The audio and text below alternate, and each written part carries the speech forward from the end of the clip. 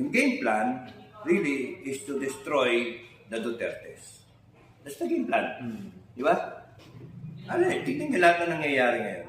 Connected na ma-neutralize ang mga Duterte. So, alam niyo yung nangyayari. Dapat, ano kayo, you be careful sa mga nadidinig ninyo. Gusto nilang guluhin talaga, baka later on, parang martial law o whatever. Pero may sinasabi kasi yung mga ibang vlogger, protect the Constitution naman. Mga military, nakikita nyo na naman medyo gewang-gewang na. Eh, paano naman yun? Alam nyo naman yung Constitution. Protektahan nyo naman. Nakita nyo na naman merong mga anomalya na nangyayari. Eh, pinakikilos nila.